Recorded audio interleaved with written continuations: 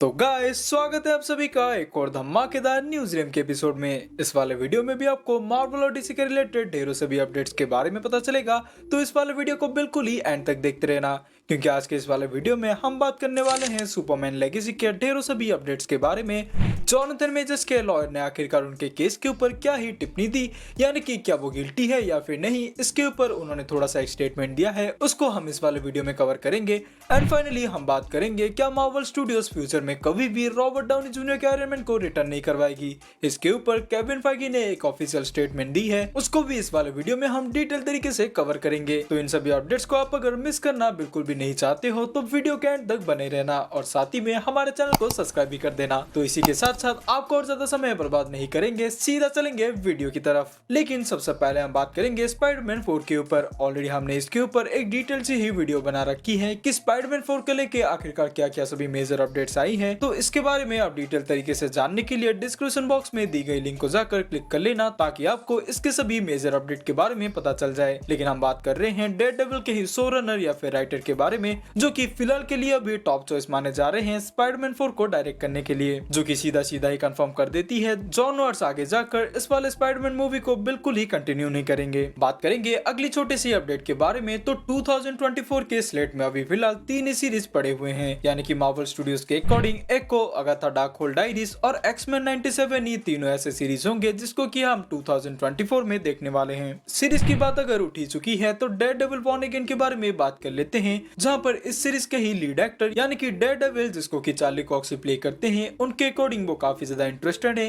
इस वाले सीरीज में सी हल्की कैरेक्टर को कैमियो अपीयरेंस दिलवाने के लिए। यानी उनके अकॉर्डिंग ये काफी ज्यादा ही बेटर चॉइस रहेगा अगर उनकी ही स्टोरी लाइन को आगे जाकर कंटिन्यू की जाए उनके ही टीवी सीरीज में। तो हालांकि एमसीयू की इस वाले जोड़ी को आप कितने ज्यादा ही पसंद करते हो कमेंट सेक्शन में जरूर से लिख के बता देना, और साथ ही में ये भी बता देना कि आप डेयरडेविल के सीरीज में सी हल्क को भी देखना चाहते हो। डेडपूल 3 की अगर बात करें तो पिछले पार्ट में हमने ढेरों से भी अपडेट्स के बारे में डिस्कस किया था, लेकिन इस वाले अपडेट में हम किसी लीक के बारे में बात नहीं करेंगे, बल्कि एक ऑफिशियल फर्स्ट लुक निकल कर आ चुकी है, जिसमें कि हमें कंफर्मेशन मिल जाता है कि कॉमिक बुक से ही डॉगपूल को हम इस वाले मूवी में देखने वाले हैं। साथ ही में किस तरीके से रियान रेनॉल्ड्स का भी फर्स्ट लुक इस वाले मूवी में होगा, एक ऑफिशियल फोटो से ही हमें ये कंफर्म हो चुकी है। इसके साथ साथ और भी जैसे जैसे मूवी नजदीक आती हुई जाएगी, बहुत सारे फर्स्ट लुक और अपडेट्स के बारे में हमें पता चलेगा, जिन सभी को आप अगर बिल्कुल भी मिस करना नहीं चाहते तो हमारे चैनल को सब्सक्राइब कर दो। लगे हाथ डेडपूल 2 की एक छोटी सी अपडेट को भी डिस्कस कर लेते हैं, जहां पर comicbook.com के अकॉर्डिंग ब्रैड पिट, जिसको कि हमने एक छोटा सा कैमियो के हिसाब से ही एक्सपोर्ट का हिस्सा होते हुए डेडपूल 2 में देखा था। इनिशियल प्लान के हिसाब से वही केवल के कैरेक्टर को प्ले करने वाले थे डेडपूल 2 की मूवी में, लेकिन हम सभी को पता है कि फाइनली मार्वल स्टूडियोज के थैनोस यानी कि जॉस ब्रॉलिन को फाइनलाइज किया गया इस वाले मूवी में केवल के कैरेक्टर को प्ले करने के लिए। आपके हिसाब से जॉस ब्रॉलिन ही केवल के कैरेक्टर के लिए एक बेस्ट एक्टर है, या फिर ब्रैड पिट अगर केवल के कैरेक्टर को प्ले करते तो वो किस तरीके से नजर आने वाले थे? बात करें अगर व्हाट इफ के सीजन 2 की, तो CWGST के अकॉर्डिंग इसके फाइनल पार्ट में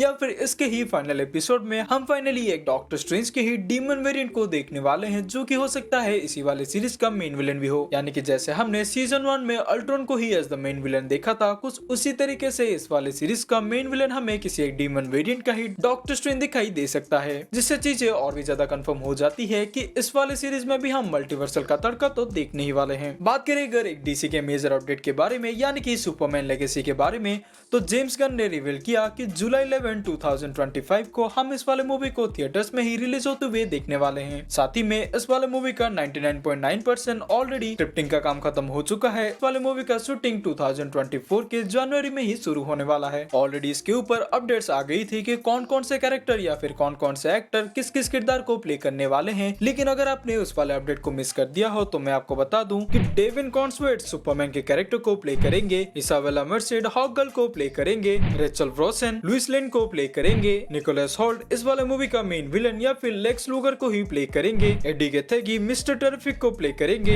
एंड फाइनली एंटोनी कैरिगन मेटामॉर्फ को और नेथलियन फिलोन गाय गार्डिनर को ही प्ले करने वाले हैं। बात करें अगर सेकंड लास्ट अपडेट की, तो वैरायटी रिपोर्ट के अकॉर्डिंग जॉनथन मेजर्स के लॉयर ने फाइनली इसके ऊपर अपना एक छोटा सा स्टेटमेंट दिया, या फिर काइंड ऑफ एक हिंट भी हो सकता है कि जॉनथन मेजर्स अपने जिस वाले केस में अभी फंसे हुए थे वो इसमें बिल्कुल ही गिल्टी नहीं है, जहां पर उन्होंने ये स्टेटमेंट दिया कि उनके ही फॉर्मर गर्लफ्रेंड ने उनके ऊपर एक फेक एलिगेशन लगाया था और रिवेंज लेने के लिए ही उनके ऊपर फॉल्स एलिगेशन लगाकर कोर्ट कचहरी के चक्कर ही लगा दिए थे। हालांकि इसके ऊपर ऑफिशियल स्टेटमेंट तो अभी फिलहाल बिल्कुल भी नहीं आई है कि क्या असल में जोनाथन मेजर्स बिल्कुल भी गिल्टी नहीं है या फिर गिल्टी है, जिस वाले अपडेट को हम सीधा ही आगे जाकर लिंक करवा सकते हैं मार्वल के ही फ्यूचर के ऊपर। यानी कि बीच में ऐसी रूमर्स उठी थी कि अगर वो गिल्टी प्रूव हो जाते हैं तो मार्वल कैंग को ही रिकास्ट कर लेगी, लेकिन अगर वो गिल्टी प्रूव नहीं होते तो मार्वल जोनाथन मेजर्स को ही लेकर कैंग डायनेस्टी का मेन विलन बनाने वाली है। लेकिन अभी के उनके लॉयर के स्टेटमेंट को देखकर ऐसा ही लग रहा है कि जोनाथन मेजर्स बिल्कुल भी गिल्टी नहीं है और मार्वल अपनी प्लान पर स्टिक होकर रह सकती है। यानी कि 2-3 दिनों में अगर ऑफिशियल स्टेटमेंट इसके ऊपर आ जाए कि न्यूयॉर्क की कोर्ट ने आखिरकार इस वाले सिचुएशन के ऊपर अपनी क्या ही डिसीजन दी, तो उससे चीजें काफी ज्यादा ही क्लियर हो जाएगी कि मार्वल जोनाथन मेजर्स को ही लेकर कैंग डायनेस्टी का मेन विलन देख रही है या फिर वो किसी दूसरे कैरेक्टर को या फिर किसी दूसरे एक्टर को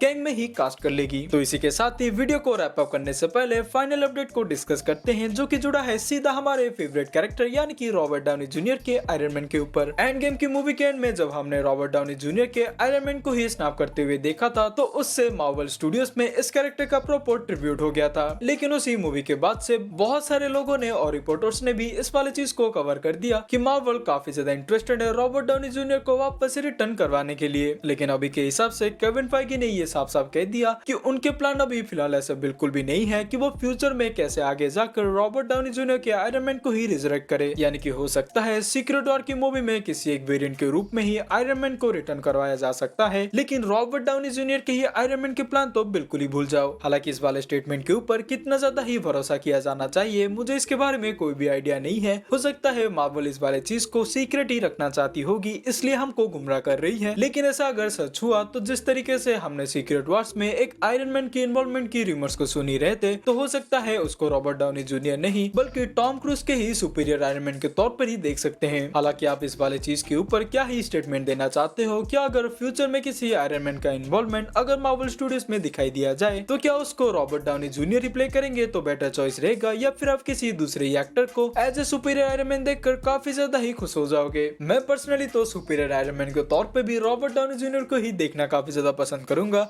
लेकिन देखते हैं फ्यूचर में कैसी सभी अपडेट्स आती हैं, उसको देखकर हम भी अपनी होप्स को हाई कर लेंगे। खैर इस वाले वीडियो में इतना ही। आपको ये वाली वीडियो कैसी लगी कमेंट सेक्शन में जरूर से लिख के बता देना और हमारे चैनल को सब्सक्राइब भी कर देना। मैं मिलूंगा आपको किसी दूसरे इंटरेस्टिंग वीडियो में ऐसे सभी अपडेट्स को डिस्कस करते हुए। तब तक के लिए आप अपना ख्याल रखते रहिएगा और ऐसे ही मुस्कुराते रहिएगा। Take care, bye.